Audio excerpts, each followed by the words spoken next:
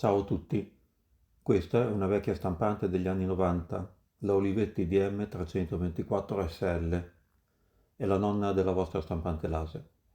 A vedere le stampanti laser che si utilizzano al giorno d'oggi, questa sembra di un altro mondo e in effetti concettualmente molto diversa. Innanzitutto il sistema di stampa è costituito da una testina ad aghi. In effetti è proprio così. All'interno della testina ci sono degli aghi che vengono sparati da dei magneti contro il nastro e non stampano una lettera alla volta, ma punto dopo punto, una riga alla volta, dall'alto verso il basso. Se si guarda un ingrandimento di una stampa lo si può notare, si vedono le impronte dell'ago sul nastro e quindi sulla carta. E non usano la normale carta con foglia a 4 a cui siamo abituati, ma foglie di carta in moduli continui, con una striscia forata ai lati. Questi moduli vengono poi trascinati tramite queste rotelle qui ai lati. Erano ovviamente concepite per stampare tabulati in ambiente lavorativo, non uso home. Le strisce laterali erano poi removibili, dopo la stampa, per archiviare la stampata.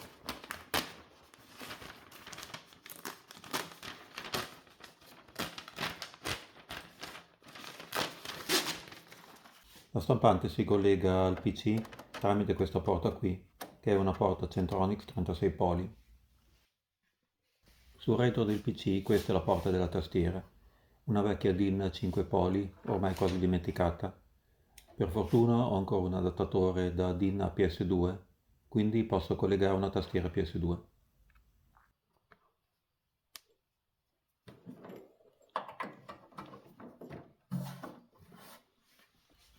Questa è una porta seriale 9 poli, principalmente serviva per collegare un mouse con porta 9 poli.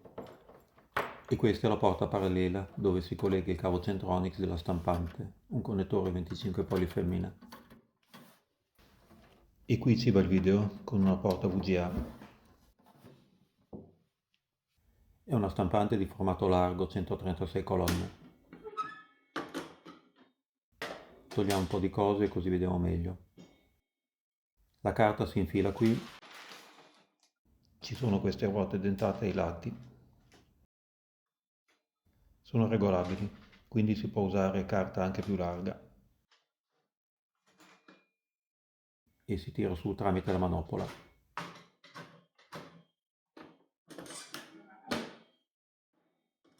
Oppure tramite questo bottone che in automatico inserisce la carta.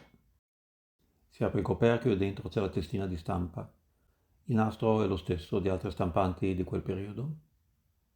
Lo si può vedere su questo catalogo del 1994. Il sensore per la chiusura del coperchio in realtà è questo magnete. C'è un sensore dentro questo gruppo che sente la vicinanza del magnete e che quindi considera chiuso il coperchio. Ma lo possiamo ingannare in questo modo, così possiamo vedere comodamente la testina mentre si muove, quando stampa, e tenere il coperchio aperto. Sull'hard disk c'è un vecchio programma di contabilità, lo posso usare per stampare qualcosa. Come vedete questo programma si può usare anche senza mouse, solo con la tastiera. Al giorno d'oggi non è pensabile, al tempo non era così strano. Per stampare uso questo tasto che stampa la schermata. Ci sono diverse opzioni di stampa selezionabili direttamente dalla stampante, vediamo la differenza con ognuna. Draft, molto veloce ma di bassa qualità.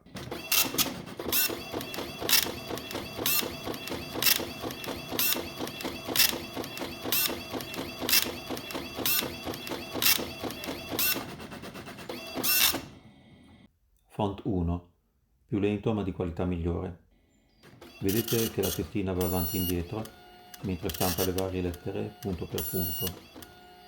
Stampa sia da sinistra verso destra, sia nell'altro senso, al contrario.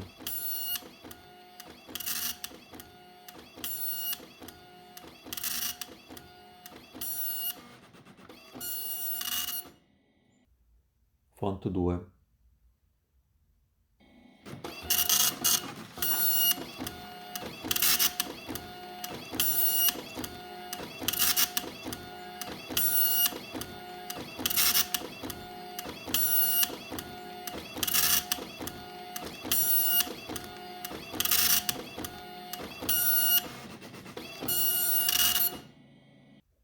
Questo era 10 caratteri per pollici, proviamo con il 12 caratteri per pollice.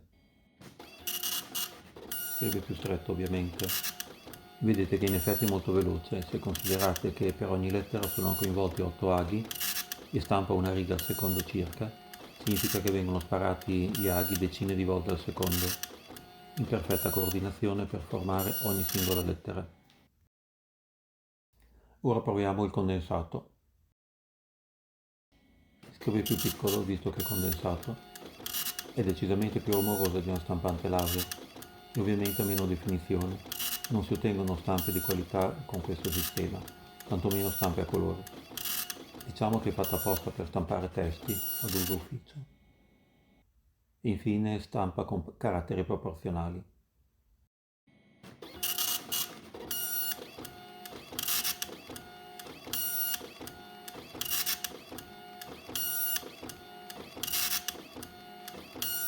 Sbaglia qualcosa, non è l'ideale per stampare tabelle.